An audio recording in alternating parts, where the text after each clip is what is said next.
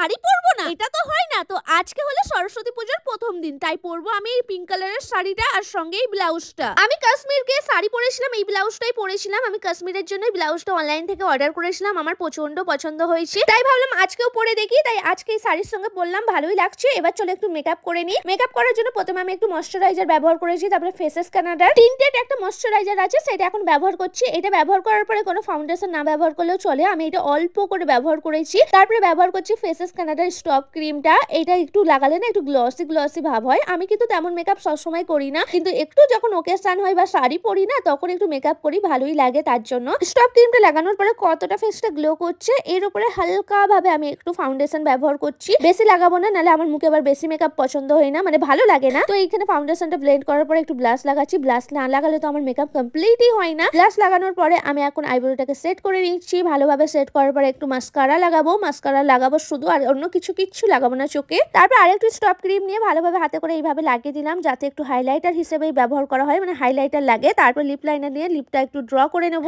তারপরে একটা ব্ল্যাক কালারের লিপস্টিক ইউজ করব। না এটা ব্ল্যাক কালার হবে না, এটা পিঙ্ক কালার চলে আসবে। এই দেখো অ্যাপ্লাই করছি, পিঙ্ক হয়ে গেছে। তারপরে আমার মেকআপ কমপ্লিট। একটু দুল পরে নিলাম, সঙ্গে একটা হাতে চুড়ি পরে নেবো। বেশি কিছু পরবো না, আমার বেশি একদমই ভালো লাগে না। তারপর শাড়িটা একটু ঠিক করে তারপরে আমি রেডি হয়ে গেছি। তো সরস্বতী পুজোর এই প্রথম দিনের লুকটা আমার কেমন লাগছে তোমরা কমেন্ট করে বলো। আমি একদম সিম্পল সেজেছি, আর এই পিঙ্ক শাড়িটা আমি প্রথমবারই পরলাম। তো কেমন লাগছে তোমরা কমেন্ট করে বলো। আমার তো এই লুকটা অনেক ভালো লেগেছে। তো চলো এখন লেট হচ্ছে, আমি এখন একটু ঘুরতে যাই।